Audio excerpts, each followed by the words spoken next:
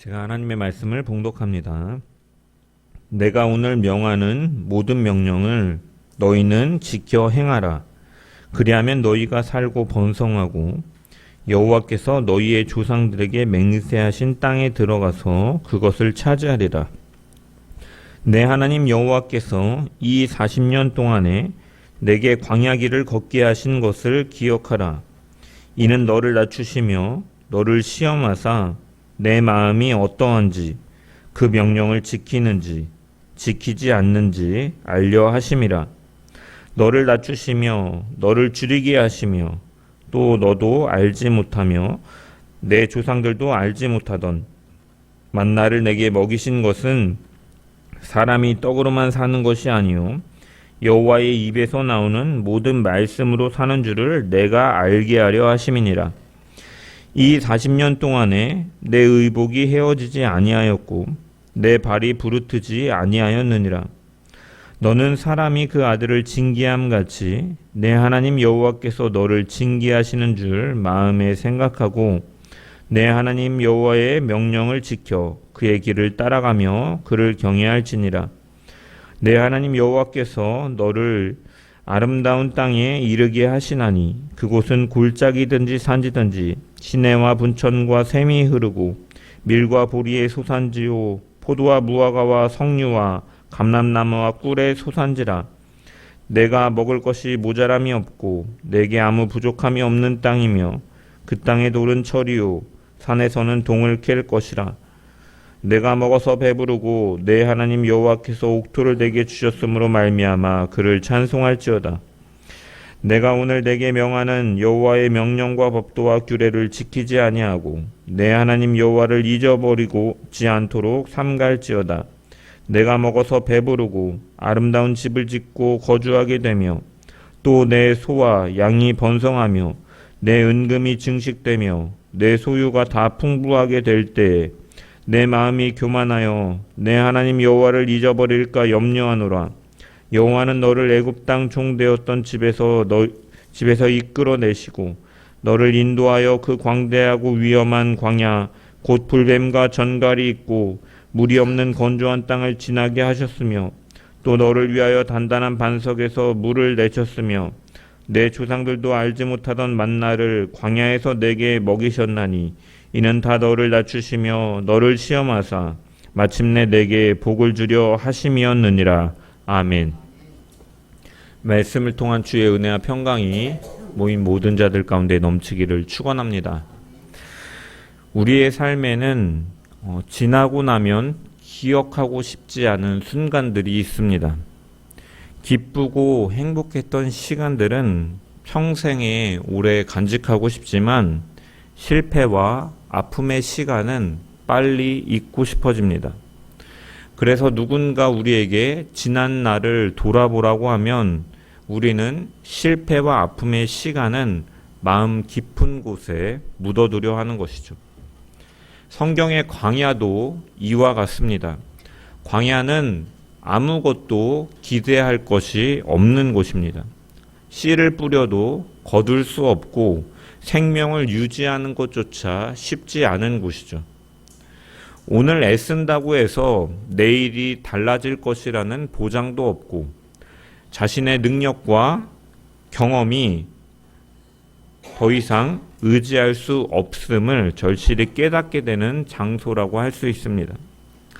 이스라엘은 광야의 시간 동안 뜨거운 태양 아래 길을 걸어야 됐고 먹을 것과 마실 것이 부족했습니다. 그래서 원망과 불평이 끊이지 않았고 넘어짐과 실패도 반복되었습니다. 이스라엘의 입장에서 광야는 하루라도 빨리 벗어나고 싶었던 시간이었을 것입니다. 그런데 오늘 본문에서 모세는 광야를 전혀 다른 시각으로 바라보게 합니다. 2절의 말씀을 보면 내 하나님 여호와께서 이 40년 동안에 내게 광야길을 걷게 하신 것을 기억하라. 이는 너를 낮추시며 너를 시험하사 내 마음이 어떠한지 그 명령을 지키는지 지키지 않는지 알려 하심이라 라고 말씀합니다. 이스라엘은 기억하고 싶지 않았을 시간을 하나님께서는 기억하라라고 말씀하시죠. 왜 그런가? 그 광야의 시간은 실패의 시간이나 목적 없이 흘러간 시간이 아니기 때문입니다. 하나님께서는 그 40년을 자기 백성을 가까이에서 가르치시고 빚어가는 시간으로 사용하셨습니다. 본문은 그 목적을 가리켜서 너를 낮추시며 너를 시험하사 내 마음이 어떠한지를 알게 하려 하심이라 라고 설명하고 있습니다. 그래서 오늘 본문은 광야를 새로운 시각으로 바라보게 하는 말씀입니다. 광야는 하나님께서 자기 백성을 인도하시고 훈련하신 은혜의 자리였고 그 은혜는 광야를 지나지 않고서는 결코 발견할 수 없는 것이었다라는 것. 그래서 우리는 오늘 말씀을 통해서 하나님께서 광야에 감추어 두신 은혜를 함께 발견하는 시간 되기를 소망합니다. 그리고 하나님께서 우리에게 허락하신 광야의 시간도 우리의 시선이 아니라 하나님의 시선으로 다시 바라보며 광야에서만 발견할 수 있는 하나님의 은혜를 누리는 우리 모두가 되기를 주의 이름으로 간절히 축원합니다. 그래서 2절의 말씀을 다시 보면 내 하나님 여호와께서 이 40년 동안 내게 광야길을 걷게 하신 것을 기억하라 라고 말씀합니다. 모세는 먼저 광야 자체를 기억하라 라고 명하고 있습니다. 여기서 기억하라라는 말은 문자적으로 잊지 말라라는 의미를 가지고 있지만 말씀하시는 문맥 속에서 살펴보면 이것은 단순히 과거의 사건을 떠올리라라는 의미를 넘어서서 하나님의 시선으로 그 사건을 다시 해석하라는 의미도 가지고 있죠. 이스라엘이 기억하는 광야는 어떠한 곳입니까? 먹을 것이 없고 마실 것이 없는 곳, 원망하고 불평했고 실패했던 시간들입니다.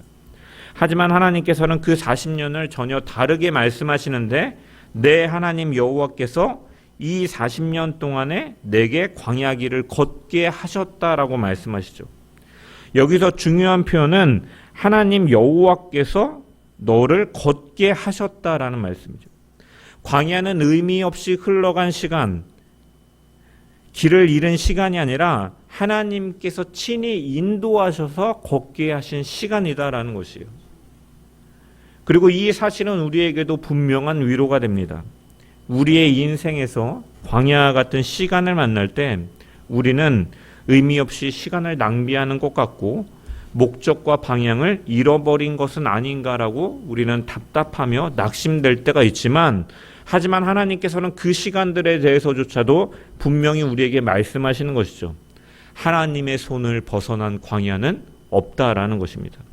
그래서 시편 139편 2절에서 3절의 말씀을 보면 다윗은 주께서 내가 앉고 일어섬을 아시고 멀리서도 나의 생각을 밝히 아시오며 나의 모든 길과 내가 눕는 것을 살펴보셨으므로 나의 모든 행위를 익히 아시는 분이시다라고 고백합니다. 이처럼 하나님은 우리의 광야 같은 시간도 알고 계시고 함께 하신다라는 것이죠. 그렇다면 하나님께서는 왜 광야를 지나가게 하셨는가? 본문은 세 가지 목적을 말씀하고 있죠. 이는 너를 낮추시고 너를 시험하사 내 마음이 어떠한지 알게 하려 하십니다. 여기서 가장 먼저 등장하는 목적은 너를 낮추시기 위함이다라는 것이죠. 여기서 낮추시며라는 말씀은 하나님께서 이스라엘에게 일부러 고난을 허락하셔서 비참하게 만들고 싶으셨다라는 의미가 아닙니다. 성경에서 하나님께서 사람을 낮추시는 목적은 무엇으로 연결됩니까? 언제나 하나님을 의지하게 하시기 위해서 그를 낮추시는 것이죠. 그래서 이스라엘 백성들은 애굽에 있을 때 이집트는 나일강이 있어서 먹을 것이 풍성했죠. 이집트의 나일강은 해마다 범람함을 통해서 그 주변의 땅은 옥토였고 그래서 농산물이 쉽게 걷어지는 그런 환경이었습니다. 물론 그들이 그곳에서 노예였지만 어쨌든 인간의 노동으로 살아갈 수 있는 환경이었던 것이죠. 하지만 광야는 어떻습니까? 씨를 뿌릴 수도 없고 뿌린다 해도 거둘 수가 없는 곳입니다. 사람의 경험도 지혜도 능력도 더 이상 의지할 수 없는 곳이죠. 그렇게 하나님은 스스로 할 수 없다라는 사실을 깨닫게 하신 것이 바로 광야입니다. 그래서 3절을 보면은 너를 낮추시며 너를 줄이게 하시며 또 너도 알지 못하며 내 조상들도 알지 못하는 만나를 내게 먹이셨다라고 말씀하고 있죠. 그래서 하나님은 너를 낮추시기 위하여 너를 줄이게 하셨다라고 말씀하고 있습니다. 왜 하나님께서는 자기 백성을 굶주리게 하셨는가? 정말로 사랑하신다면 처음부터 풍족하게 먹이시면 되지 않았을까? 하지만 하나님께서는 먼저 줄이게 하셨다라는 것이죠. 그 이유는 바로 이어지는 말씀이 있습니다. 너도 알지 못하며 내 조상들도 알지 못하는 만나를 내게 먹이시기 위해서라고 밝히고 있는 것이죠. 왜 굶주리셨는가? 이전에 알지 못하던 만나를 먹이시기 위해서였다라는 것. 그리고 이 말씀에는 어떠한 의미가 있습니까?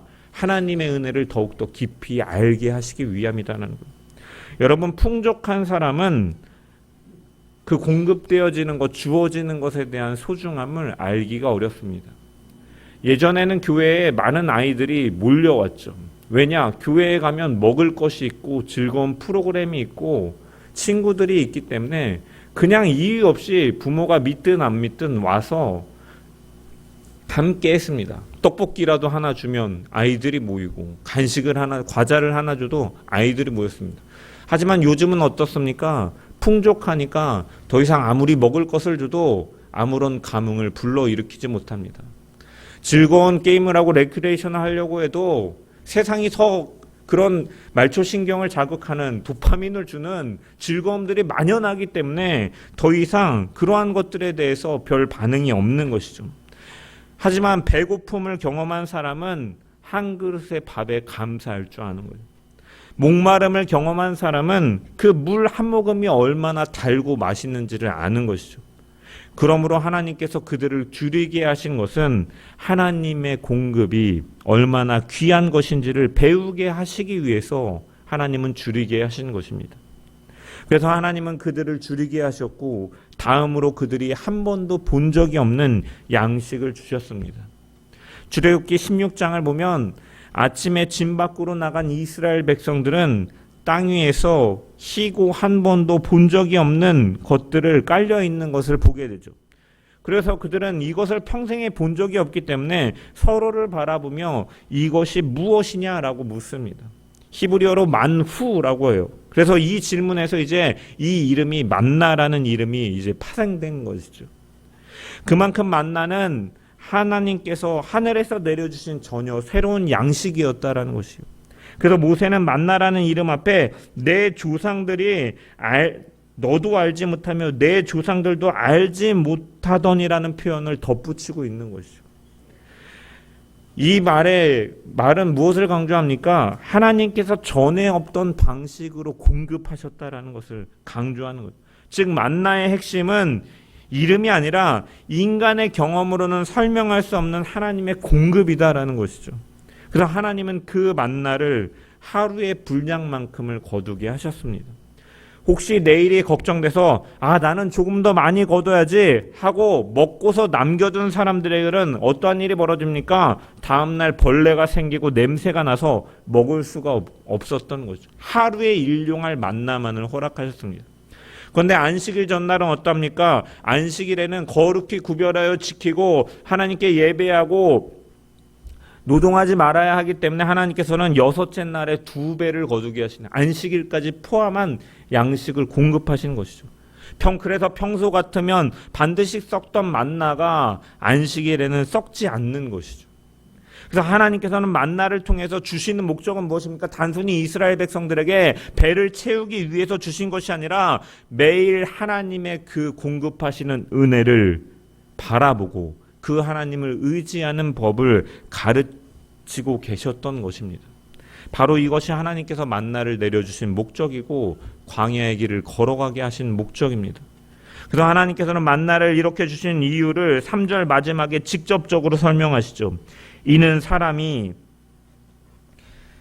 떡으로만 사는 것이 아니요 여호와의 입에서 나오는 모든 말씀으로 사는 줄을 내가 알게 하려 하심이니라. 이 말씀을 우리는 육신의 양식보다 말씀을 읽는 것이 더 중요하다라는 뜻으로만 이해합니다. 물론 하나님의 말씀은 우리의 영혼을 살리는 양식이죠. 그러나 본문이 말하는 의미는 단순히 이것을 대조하는 것이 아니라 더 깊은 의미를 가지고 있죠. 모세는 떡과 말씀을 서로 대조하고 있지 않습니다.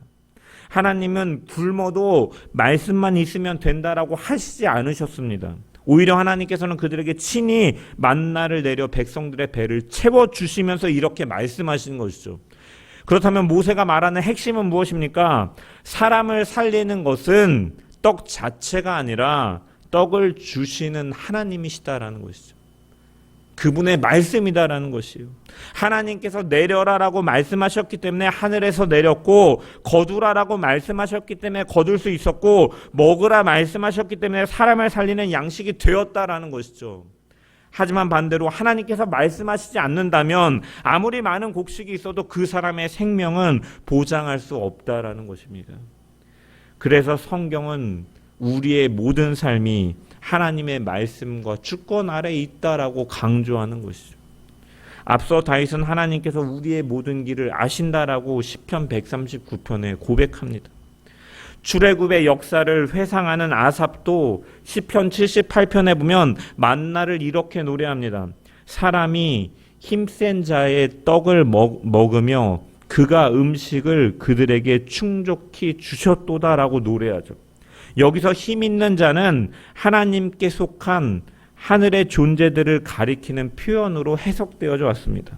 그래서 오래된 번역인 70인역이나 히브리서 성경을 헬라어로 번역한 구약을 번역한 70인역이나 아니면 킹제임스 버전 성경 같은 경우에는 천사의 음식이라고 번역, 힘센 자의 음식을 이제 천사의 음식이라고도 번역해 놓기도 합니다. 그런데 이 표현이 강조하는 것은 이스라엘이 땅에서 난 양식이 아니라 하늘로부터 하나님께서 공급하신 양식을 먹었다라는 것이죠. 그리고 하나님께서는 그 광야에서 만나를 한 번도 끊지 않으셨습니다. 그래서 출애굽기 16장 마지막을 보면 이스라엘은 40년 동안 만나를 먹었다라고 기록하고 있죠.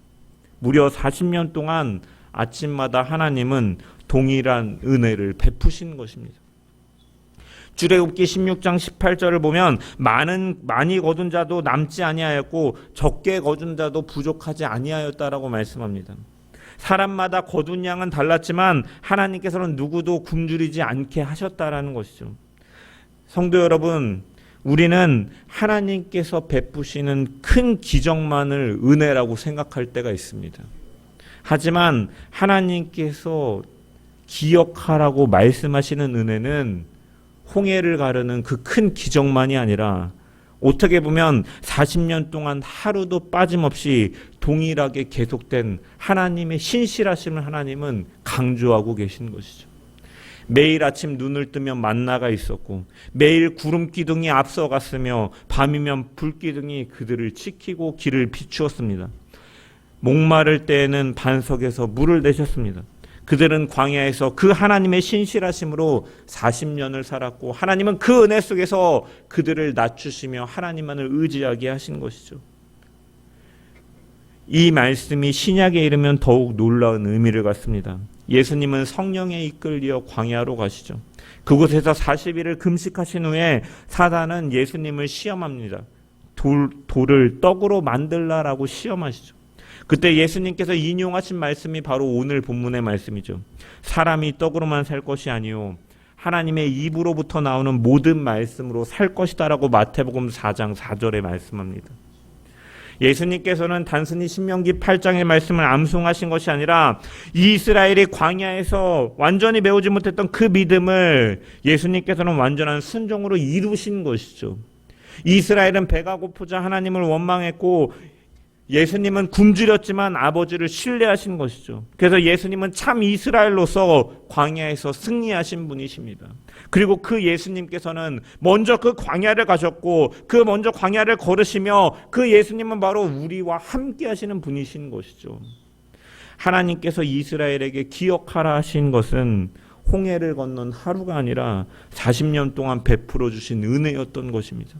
매일 만나를 내려주시고 구름 기둥으로 인도하시고 불 기둥으로 보호하신 그 하나님은 오늘도 예수 그리스도 안에서 자기 백성을 동일하게 붙드시고 인도하시는 분이신 줄 믿습니다. 이스라엘에게 만나를 내려주셨던 하나님은 오늘도 우리의 필요를 아시고 또한 공급하시는 분이십니다. 구름 기둥과 불 기둥으로 인도하셨던 하나님은 오늘도 말씀과 성령으로 우리를 인도하시는 분이십니다. 반석에서 생수를 내셨던 하나님께서는 오늘도 우리에게 주님 안에서 생명의 은혜를 공급하여 주시는 줄 믿습니다. 그러므로 하나님께서 허락하신 광야를 만날 때마다 우리는 그 광야 속에서도 나를 먹이시고 인도하시며 끝까지 붙드시는 그 하나님을 바라보는 저와 여러분 되시기를 주의 이름으로 간절히 축원합니다. 다시 한번 2절의 말씀을 읽어보면 내 하나님 여호와께서 이 40년 동안에 내게 광야길을 걷게 하신 것을 기억하라. 이는 너를 낮추시며 너를 시험하사 내 마음이 어떠한지 그 명령을 지키는지 지키지 않는지 알려 하심이라 라고 말씀하죠. 하나님께서 이스라엘에게 광야를 지나가게 하신 목적 중에 하나는 또 무엇입니까? 너를 시험하사 마음이 어떠한지 알게 하기 위함이다라고 밝히고 있습니다. 먼저 기억해야 될 것은 하나님께서 시험하사 그들의 마음을 드러내신 것은 하나님께서 이스라엘의 마음을 모르시기 때문에 알기 위해서 하신 일이 아니다라는 사실을 우리는 전제해야 됩니다. 왜냐? 사무엘상 16장 7절에서 하나님은 사무엘에게 뭐라고 말씀하십니까? 사람은 외모를 보거니와 여호와는 중심을 보시는 분이라고 말씀하죠. 이처럼 하나님께서는 사람의 마음과 중심을 아시는 분이십니다. 그렇다면 하나님께서는 왜 광야를 통해 시험하셔서 마음을 드러내셨다라고 말씀합니까? 그것은 하나님이 모르셔서가 아니라 이스라엘이 자기의 자신을 모르고 있었기 때문에 그것을 알게 하시기 위해서 시험하시고 드러내신 것이죠. 왜? 사람은 평안할 때는 자신의 믿음을 착각하기 쉽죠. 모든 일이 잘 풀리고 있을 때는 내가 하나님을 잘 믿고 있다라고 생각하기 쉽습니다. 기도 응답이 계속될 때는 내가 믿음이 좋은 줄 압니다.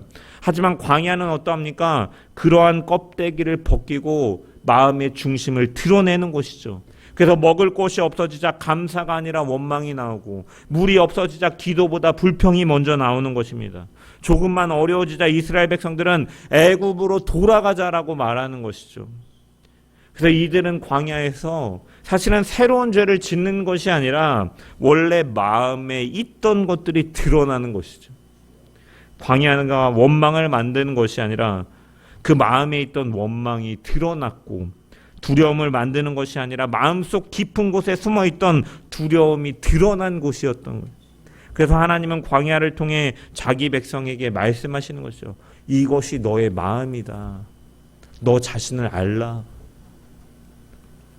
여러분, 우리는 다른 사람의 문제나 처해 있는 상황의 환경의 문제는 잘 볼지 몰라도 정작 자기 마음을 잘 보지는 못할 때가 많습니다. 그래서 하나님은 때로는 우리를 광야로 인도하시는 것이죠. 광야는 하나님께서 우리를 정죄하시기 위해서 인도하시는 것이 아니라 우리 자신을 바로 보게 하시기 위해서 광야의 시간을 때로는 허락하시는 것이죠.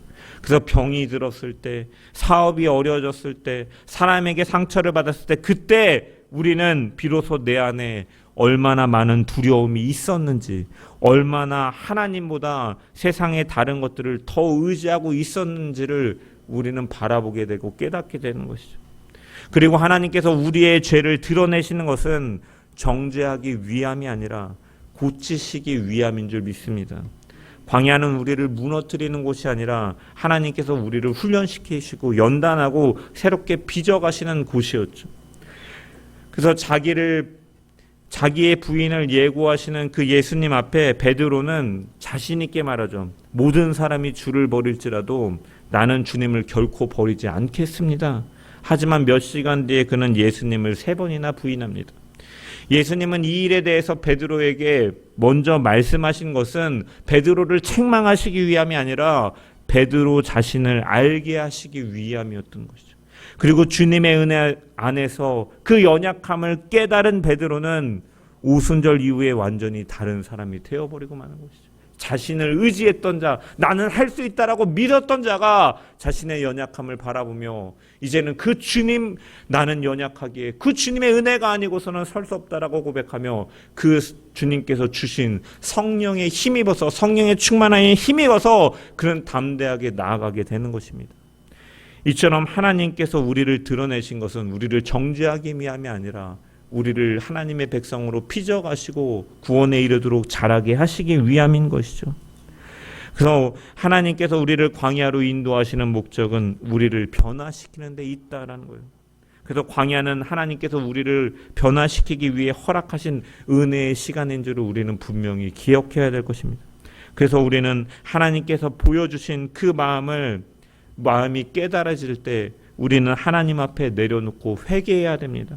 광야를 통해 자신을 발견하고 하나님 앞에서 날마다 돌이키는 사람이 되기를, 저와 여러분들 되기를 주의 이름으로 간절히 축원합니다. 하나님께서 우리의 마음을 비춰주실 때 우리는 그것을 외면하지 않고 말씀 앞에 자신을 돌아보며 날마다 돌이켜 하나님께로 나아가는 저와 여러분 되시기를 주의 이름으로 간절히 축원합니다. 마지막으로 오늘 본문 16절의 말씀을 같이 한번 읽어보겠습니다. 시작. 16절의 말씀.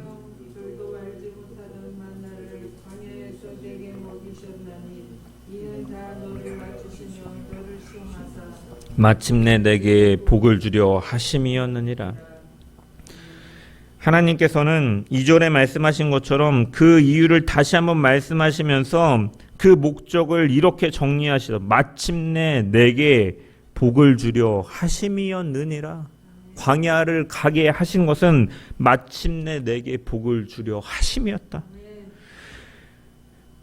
여기서 중요한 단어는 마침내라는 단어이죠. 여기서 마침내라고 번역된 히브리어는 아하리트라는 단어인데 단순히 시간이 흐른 뒤를 의미하는 말이 아니라 마지막, 결말, 하나님께서 계획하신 최종 목적이라는 목적을 의미하는 단어인 것이죠. 그래서 이 말은 단순히 시간이 지나면 언젠가 좋은 일이 생긴다라는 뜻이 아니라 하나님께서 처음부터 보고 계셨던 결말, 그 결말을 보고 이끄신 그 최종 목적을 가리키는 것이죠. 그래서 이스라엘은 광야 속에서 오늘의 배고픔만을 보았지만 하나님은 그 모든 시간을 지나서 마침내 자기 백성이 서게 될 약속의 땅을 보고 계셨고 그곳으로 인도하셨다라는 것이죠. 이것이 바로 하나님과 우리의 차이입니다. 우리는 현재를 보고 판단하지만 하나님은 그 하나님께서 원하시는 뜻의 그 마침내를 보고 인도하시는 분이시죠. 그래서 우리는 오늘의 문제를 바라보고 낙심하지만 하나님은 그 문제를 통해서 이루실 일들을 바라보시며 우리를 이끄시는 분이시다라는 것입니다.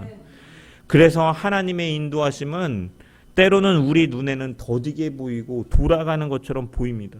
왜 이렇게 오래 걸리는지 이해가 되지 않을 때도 있습니다. 하지만 하나님의 길이 더디다고 느껴지는 것은 하나님이 늦으시기 때문이 아닙니다. 하나님이 우리보다 더 깊이 보시고 더 멀리 보시기 때문에 그렇게 인도하시는 줄 믿습니다. 출애굽기 13장 17절을 보면 이 사실이 분명하게 드러나죠. 바로가 백성을 보낸 후에 블레셋 사람의 땅의 길은 가까울지라도 하나님이 그들을 그 길로 인도하지 아니하셨으니 이는 하나님이 말씀하시기를 이 백성이 전쟁을 하게 되면 마음을 돌이켜 애굽으로 돌아갈까 하셨음이라라고 밝히고 있죠. 애굽에서 가나안까지 가는 가까운 길이 있죠. 블레셋 사람의 땅을 지나면 훨씬 빠르게 갈 수 있습니다. 사람의 계산으로는 그 길이 더 좋은 길처럼 보이고 짧고 빠르고 효율적인 길처럼 보입니다. 하지만 하나님은 그 길로 인도하지 않으신 것이죠. 왜 그렇습니까? 하나님은 길만 보신 것이 아니라 사람을 보셨기 때문인 것이죠. 가까운 길이었지만 그 길에는 전쟁이 기다리고 있었고 아직 준비되지 않은 이스라엘이 전쟁을 만나면 마음을 돌이켜 애굽으로 돌아갈 수 있었기 때문에 하나님은 가까운 길보다 준비되는 길을 선택하셔서 광야로 인도하신 것이죠. 그래서 하나님께 중요한 것은 단순히 이스라엘이 빨리 가나안에 도착하는 것이 아니라 하나님께 중요한 것은 그들이 가나안에 들어가서도 하나님을 경외하는 백성으로 살아가는 것이었다라는 거예요. 그래서 가나안은 이미 하나님께서 약속하신 땅이었죠. 하나님은 오래전에 아브라함에게 그 땅을 주실 것을 약속하셨고 이삭에게도 그 약속을 이어주셨고 야곱에게도 다시 확인시켜 주신 거죠. 그래서 하나님께서 언약으로 주시겠다고 약속하신 땅입니다. 이처럼 땅은 하나님께서 준비해 두셨기 때문에 문제는 땅이 아니라 백성이었다라는 것이죠. 이스라엘은 애굽에서 나왔지만 애굽의 방식은 아직 그들 가운데 남아 있었죠.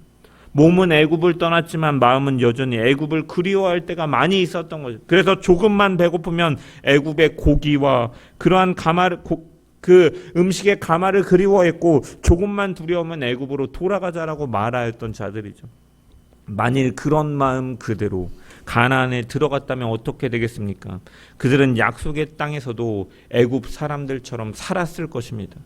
하나님께서 주신 땅에서 하나님을 의지하지 않고 자기 힘을 의지했을 것입니다. 풍요를 누리면서도 그 풍요가 어디에서 왔는지 잊어버렸을 것이죠.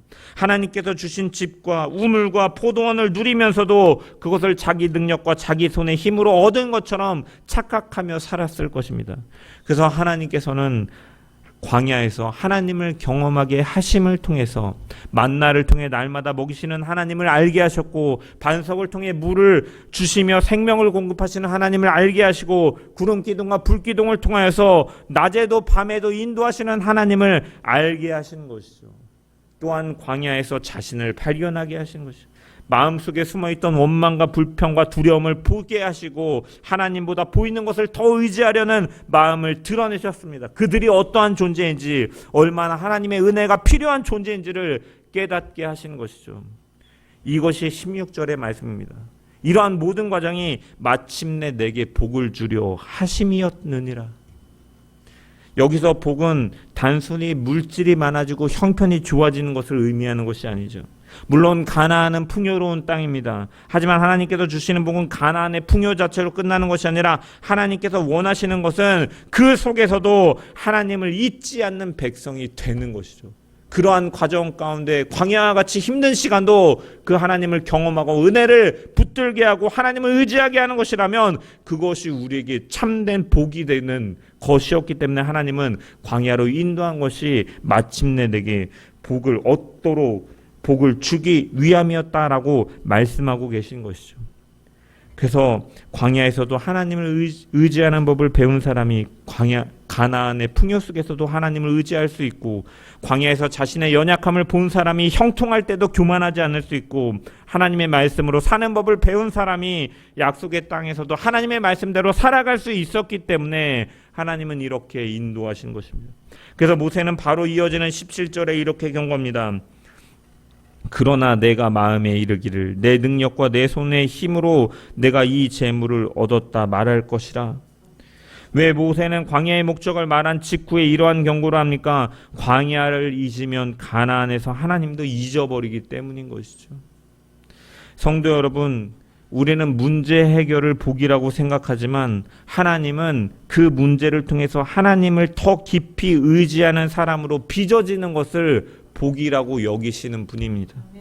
우리는 형편이 좋아지는 것을 복이라고 생각하지만 하나님은 형편이 좋아진 후에도 하나님을 잊지 않는 사람으로 세워지는 것을 복으로 여기시는 분이십니다. 성경을 보면 하나님은 언제나 이렇게 일하셨습니다.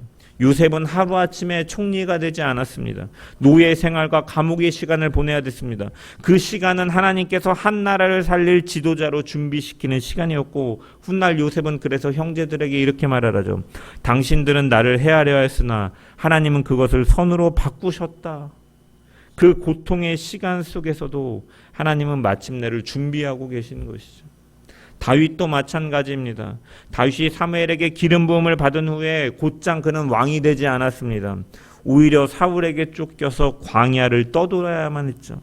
엔게디 굴에 숨어야 됐고 언제 죽을지 모르는 시간을 지내야만 했습니다. 그러나 하나님은 그 시간 속에서 다윗을 왕으로 빚어가신 것이죠. 힘으로 왕위를 차지하는 사람이 아니라 하나님의 때를 기다릴 줄 아는 사람으로 왕으로 준비시키신 것입니다. 그리고 하나님께서는 우리를 영원한 하나님 나라의 백성으로, 그 하나님께서는 우리를 영원한 하나님의 나라의 백성으로 준비시키는 분입니다. 마침내 그것을 이루게 하시기 위해서 우리를 광야로 인도하시는 분이시죠. 그래서 히브리서 3장과 4장은 광야의 이스라엘과 가나안의 안식을 이야기하면서 하나님께서 자기 백성을 위하여 더 큰 안식을 예비하셨다라고 말씀하죠. 여호수아가 이스라엘을 가나안에 들어가게 했지만 그것은 최종적인 안식이 아니다라는 거예요. 가나안은 하나님께서 주실 더 크고 영원한 안식을 바라보게 하는 그림자였다라는 것이죠. 그러므로 우리가 이 땅을 살아가면서 바라봐야 될 최종 목적지는 이 땅의 형통이 아니다라는 것입니다. 우리의 최종 목적지는 바로 완성될 하나님의 나라인 것이죠. 하나님께서 우리를 준비시키시는 마침내는 잠시 있다 사라질 성공이 아니라 그리스도 안에서 누릴 영원한 안식인 줄 믿습니다. 그렇기 때문에 우리가 이 땅에서 잠시 겪는 광야는 절망으로 끝나지 않는 것입니다. 그리스도 안에서 우리의 광야는 하나님의 나라를 향해 가는 순례의 길이기 때문입니다. 때로는 낮추시고 때로는 시험하시고 때로는 우리의 마음을 드러내시지만 하나님은 그 모든 과정을 통해 우리를 자기 백성으로 빚어가시고 마침내 그 나라에 인도하시는 하나님이신 줄 믿습니다. 오늘도 하나님께서 준비하시는 그 마침내를 바라보며 믿음으로 광야를 걸어감을 통해 신실하심 속에서 매일의 은혜를 베푸시는 하나님을 바라보고 우리의 마음의 중심을 점검하고 가장 선한 때에 약속을 이루시는 하나님을 바라보며 믿음의 길을 걸어가는 저와 여러분 되시기를 주의 이름으로 간절히 축원합니다.